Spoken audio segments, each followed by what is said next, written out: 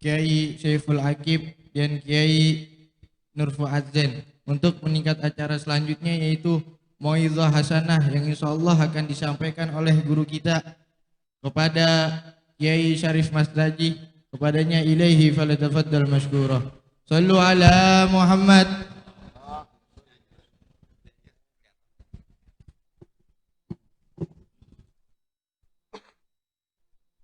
Bismillahirrahmanirrahim. Assalamualaikum warahmatullahi wabarakatuh. Alhamdulillahi rabbil alamin. Allahumma salli wa sallim ala sayyidina Muhammad wa ala ali sayyidina Muhammad.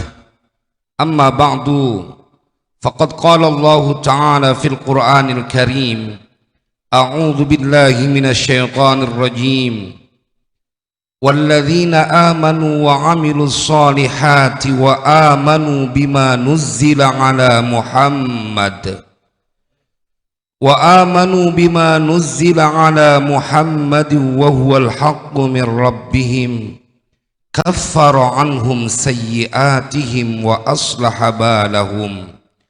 Shadaqallahul azim. Ayyuhal jam'ul karim, para pengharap ampunan dan keridhaan dari Allah Subhanahu wa taala, para pencinta baginda Rasulullah sallallahu alaihi wasallam, yang saya hakul yakin bahwa hadirnya kita di tempat ini menjadikan sebuah sebab Allah berikan keberlimpahan berkah dalam hidup kita dunia akhirat. Karena kalau sudah bicara majelis maulid, orang yang hadir adalah orang-orang khusus.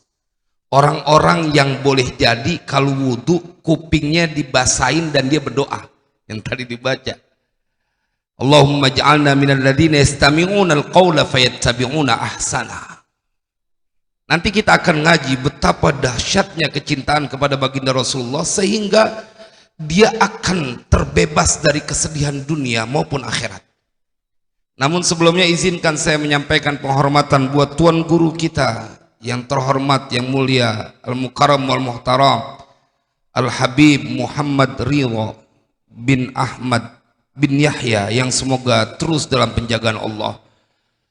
Al-Habib Saleh bin Muhammad Bakir Al-Attas, Al-Habib Abdul Qadir Al-Bahar, guru kita Al-Mukarram wal Muhtaram Dr. Kiai Haji Saifullah Hasbi Allah, Al-Mukarram wal Muhtaram Kiai Haji Ainul Yakin Abdullah Syafi'i, Al-Mukarram wal Muhtaram Kiai Haji Zainun Tahir, Kiai Haji Fuad Zain, serta para kiai, para asatiz yang maafkan saya tidak mampu menyebutkan satu persatu, namun insya Allah tidak mengurangi rasa hormat yang saya miliki.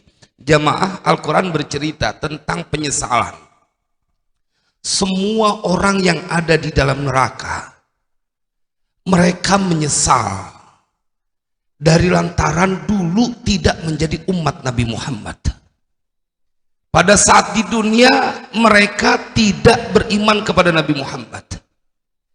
Kita akan temukan ini dalam sebuah redaksi ayat yang Allah menyampaikan, yauma tuqallabu wujuhuhum finnari yaquluna ya laitana ata'na Allah wa ata'na ar-rasula. Allah ceritain betul nih bahwa mereka pada hari dibolak-balikan wajah mereka di dalam api neraka, mereka berkata yaqulun ya laitana, seandainya kami ata'na Allah wa rasula, kami menjadi orang yang melakukan ketaatan kepada Allah dan Rasul. Dan kalau kita buka kitabnya Imam Ghazali, bahwa yang dimaksud dengan penghuni neraka ini adalah semua penghuni neraka dari umatnya Nabi Adam sampai umatnya Nabi Muhammad, kalau mereka tidak mencintai baginda Rasulullah. Jadi bisa dibayangkan penyesalan mereka, bahwa mereka meminta seandainya dulu beriman kepada Allah dan kepada Nabi Yuna Muhammad. Maka kita bersyukur hadir di tempat ini. Jamaah, yang menariknya lagi, mereka diceritakan oleh Allah menyebutkan sebab kenapa dulu nggak cinta sama Nabi Muhammad. Ketika ayat lanjutannya bercerita, wa qalu rabbana ata'na sadatana wa kubara'ana fa'adhalluna sabila. Kenapa mereka tidak mencintai Nabi Muhammad? Karena mereka pada saat diceritakan oleh Allah di dalam Al-Quran, ya Allah, dulu pada saat di dunia kami lebih taat kepada pemimpin-pemimpin kami dan pembesar-pembesar kami, maka mereka menyesatkan jalan kami. Ini yang terjadi belakangan ini. Kita diajak secara tidak langsung untuk membenci keturunan baginda Rasulullah. Ini yang terjadi, jamaah. Dan mereka nanti akan berkata, kami dulu ngikutin pemimpin-pemimpin kami dan pembesar-pembesar kami untuk tidak mencintai Nabi Yuna Muhammad. Dan kita perlu tahu, para habaib, di dalam tubuhnya mengalir darah baginda Rasulullah. Jamaah, membenci sesama muslim nggak boleh, dosa hukumnya. Bayangkan apa yang terjadi kepada mereka yang di dalam dirinya ada kebencian kepada seseorang yang di dalam tubuhnya mengalir darah baginda Rasulullah. Matinya kudu hina, seperti Abu Lahab yang anaknya tidak mau menyentuh kulit dari orang tuanya karena bau busuk, menghina baginda Rasulullah. Jemaah, kita jangan ikut-ikutan untuk mengorbankan perkara akhirat kita dengan urusan dunia yang sebentaran. Saya sih bilang sama teman-teman, jangan kata ente ajak aneh ngebenci, ente taruh golok di leher aneh, nggak berbunyi dari mulut aneh buat ngebenci keturunan baginda Rasulullah. Jamaah, pemimpin di dunia ada batasnya. Nggak ada yang bisa menjamin seperti baginda Rasulullah.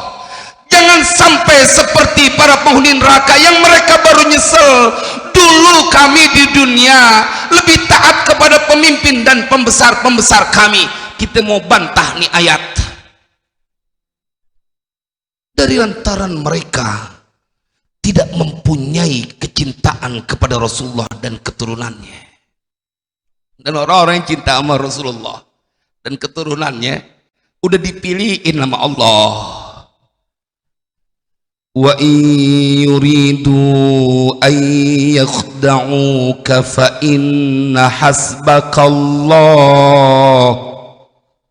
huwallazi ayyadaka binasrihi wa bil mu'minin. Udah dipesen sama Allah, kalau mereka ya Muhammad menginginkan satu makar kepadamu, ahlan wa sahlan habibana, minta izin Habib Hud bin Bakir Alatos.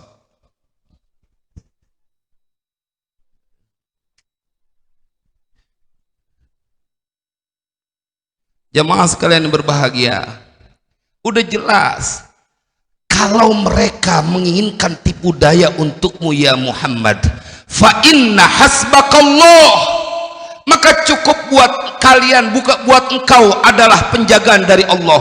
Huwallazi ayyadaka binasrihi wa bil mu'minin. Allah yang memberikan kekuatan dengan pertolongannya kepadamu ya Muhammad dan dengan orang-orang yang beriman. Maka jamaah sekalian berbahagia, kalau kita nggak bisa ngebantuin dengan fisik kita langsung untuk menjaga para keturunan baginda Rasulullah, paling tidak jangan kau biarkan lisanmu dan hatimu tersimpan kebencian kepada mereka. Cilaka. Karena saya ketemu ada orang-orang kok ya tega. Saya bilang kepada santri-santri, pokoknya setiap kali ada pemanggilan kita istighotsah. Kita bilang kepada santri, nanti bagaimana kita ngejawab di depan Rasulullah kalau kemudian Nabi bertanya, ente bagaimana sih? Katanya cinta ngarep syafaat dariku. tapi ada keturunanku yang diperlakukan tidak adil, kau diam tak peduli. Jawabnya apa kita jemaah? Sudah mempunyai pengakuan cinta tetapi tidak dibuktikan. Dan kalau cinta kepada baginda Rasulullah, nggak ada ceritanya dia dapat susah, nggak ada ceritanya dapat susah. Saya ingin jadikan ini sebagai penutup, karena nanti kita akan mendapatkan pencerahan dari Kiai Ainul Yakin Abdullah Syafi'i.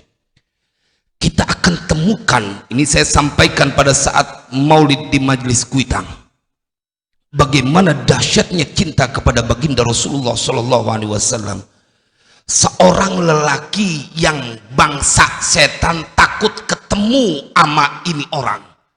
Sayyidina Umar ibn Khattab tercengang dengan bagaimana kedahsyatan cinta kepada baginda Rasulullah. Kita akan temukan kisah ini seperti yang dituturkan oleh Abu Nuaim al-Asfahani dalam kitab Hilyahnya. Ada seorang tabi'in yang kendati pun dia sudah beriman sebelum Rasulullah meninggal, tapi nggak sempat ketemu, sama seperti Uwais al-Qarni kasusnya. Namanya Abu Muslim al-Khawlani. Jamaah, siapa nih lelaki yang sampai Umar ibn Khattab berterima kasih kepada Allah karena bisa memandang ini lelaki yang bernama Abu Muslim al-Khawlani. Dia lelaki yang tinggal di Yaman, di Son'a. Ada seorang nabi palsu yang namanya Al-Aswad Al-Ansi. Dia ngaku sebagai nabi, dan kemudian ini Abu Muslim al-Khawlani ditangkap dan ditanya, diinterogasi. Dia punya kekuatan itu, Al-Aswad Al-Ansi. Mau dites cintanya umat Nabi Muhammad. Ketika ditanya, atashhadu anna Muhammadar Rasulullah, apakah engkau bersaksi bahwa Nabi Muhammad adalah utusan Allah? Naam.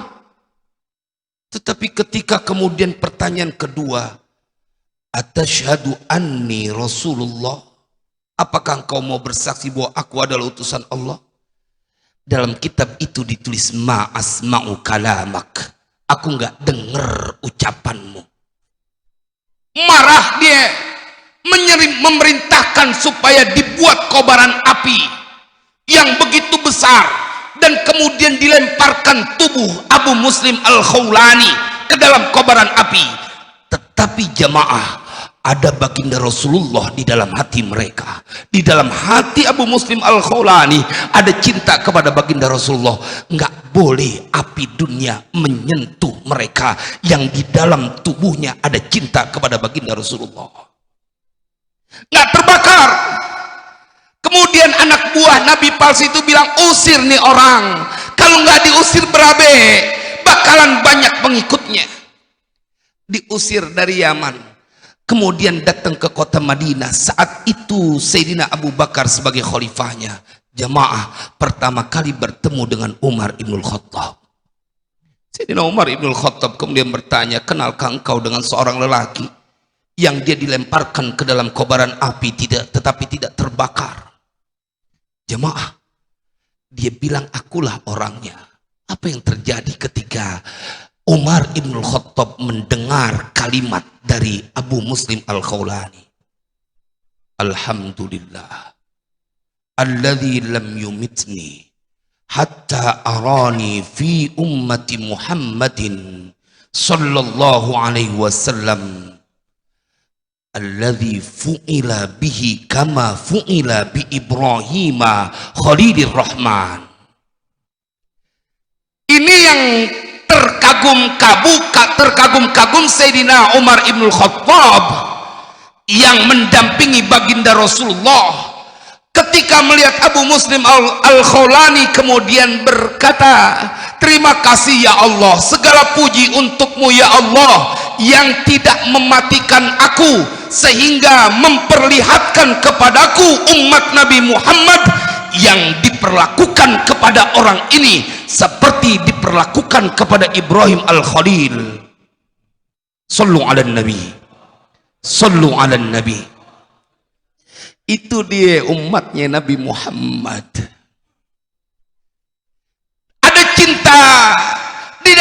kepadanya. Dan berlaku janji Allah di dalam Al-Quran, wa ma kana Allahu liyu'adzibahum wa anta fihim wa ma kana Allahu mu'adzibahum wa hum yastaghfirun. Nggak boleh susah mereka yang cinta kepada baginda Rasulullah sallallahu alaihi wasallam.